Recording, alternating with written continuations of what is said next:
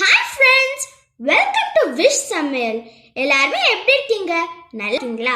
So இன்னைக்கு நம்மளுடைய சேனலில் என்ன பார்க்க போகிறோன்னா, தக்காளி சாதம் எப்படி பண்ணுறதுன்னு தான் பார்க்க போகிறோம்.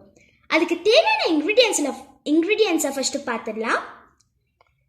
வெங்காயம், தக்காளி, பச்சை மிளகாய், கருவேப்பிள்ளை, கடுகு, உங்களோட டேஸ்ட்டுக்கு தகுந்தாப்புல உப்பு, மஞ்சத்தூள், மிளகாய்த்தூள், அப்புறம் எண்ணெய், அப்புறம் சாதத்தை கொஞ்சம் வெறையாக வச்சுட்டு அதை ஒரு பிளேட்டில் போட்டு ஆற வச்சிடலாம் ஃப்ரெண்ட்ஸ். ஸோ இதுதான் ஃப்ரெண்ட்ஸ் நம்மளுடைய இன்க்ரீடியன்ட்ஸ். ஸோ ஃப்ரெண்ட்ஸ், நம்ம இப்போ கேஸ் ஸ்டவ் ஆன் பண்ணிவிட்டு அதில் கடாயை வச்சிடலாம் ஃப்ரெண்ட்ஸ். ஸோ நம்ம இப்போ எண்ணெயை ஊற்றிடலாம். தக்காளி சாதத்துக்கு நீங்கள் எண்ணெயை நிறையவே ஊற்றலாம் ஃப்ரெண்ட்ஸ்.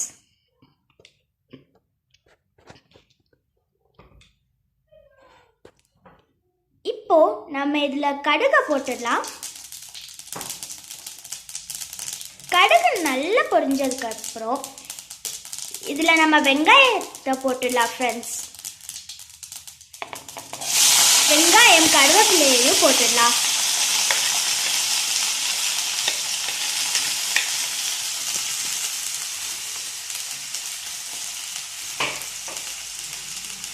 இப்போ இதை நல்லா வதக்கிடலாம் ஃப்ரெண்ட்ஸ்.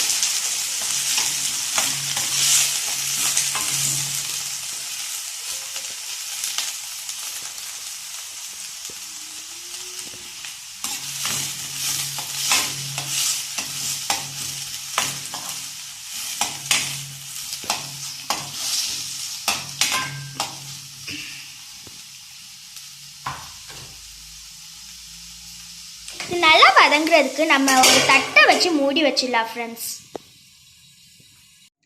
ஸோ ஃப்ரெண்ட்ஸ், வெங்காயம் நல்லா கோல்டன் ப்ரௌன் கலரில் ஆயிடுச்சு ஃப்ரெண்ட்ஸ். ஸோ இந்த ஸ்டேஜில் நம்ம தக்காளியை போட்டுக்கலாம் ஃப்ரெண்ட்ஸ். தக்காளியும் பச்சை மிளகாவையும் போட்டுக்கலாம் ஃப்ரெண்ட்ஸ்.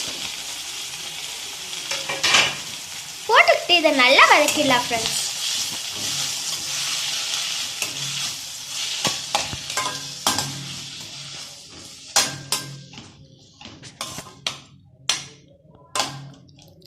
ஸோ ஃப்ரெண்ட்ஸ், இப்போ இது நல்லா வதங்கட்டும் ஃப்ரெண்ட்ஸ். இது இன்னும் கொஞ்சம் நல்லா வதங்குறதுக்கு நம்ம பிளேட்டை வச்சு இதை மூடி வச்சிடலாம் ஃப்ரெண்ட்ஸ்.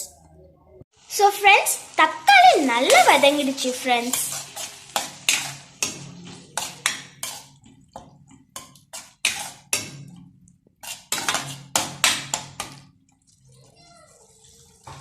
இப்போ இந்த ஸ்டேஜில் நம்ம எடுத்து வச்சிருந்த மஞ்சத்தூள், உப்பு, மிளகாத்தூளை இதில் போட்டுடலாம் ஃப்ரெண்ட்ஸ்.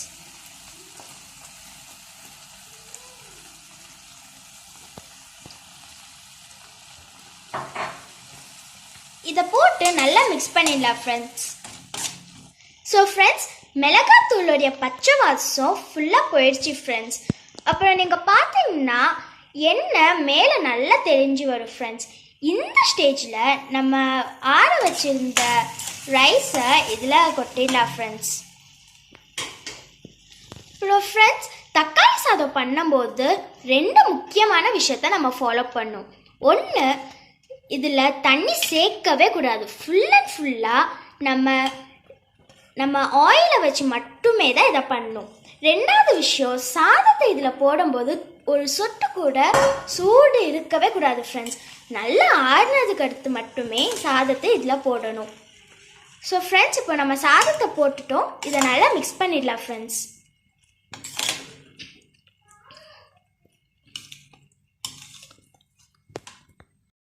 ஸோ ஃப்ரெண்ட்ஸ், தக்காளி சாதம் சூப்பராக டேஸ்டியாக ரெடி ஆயிடுச்சு ஃப்ரெண்ட்ஸ்.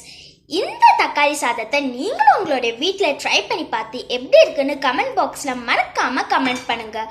ஸோ இப்போ உங்களுக்கு எங்களுடைய வீடியோ பிடிச்சிருந்துச்சுன்னா நம்மளுடைய விஷ் சமையலை லைக் பண்ணுங்கள், ஷேர் பண்ணுங்கள், சப்ஸ்கிரைப் பண்ணுங்கள். அப்புறம் மறக்காமல் கூடவே இருக்கிற அந்த பெல் ஐக்கானையும் கிளிக் பண்ணிடுங்க.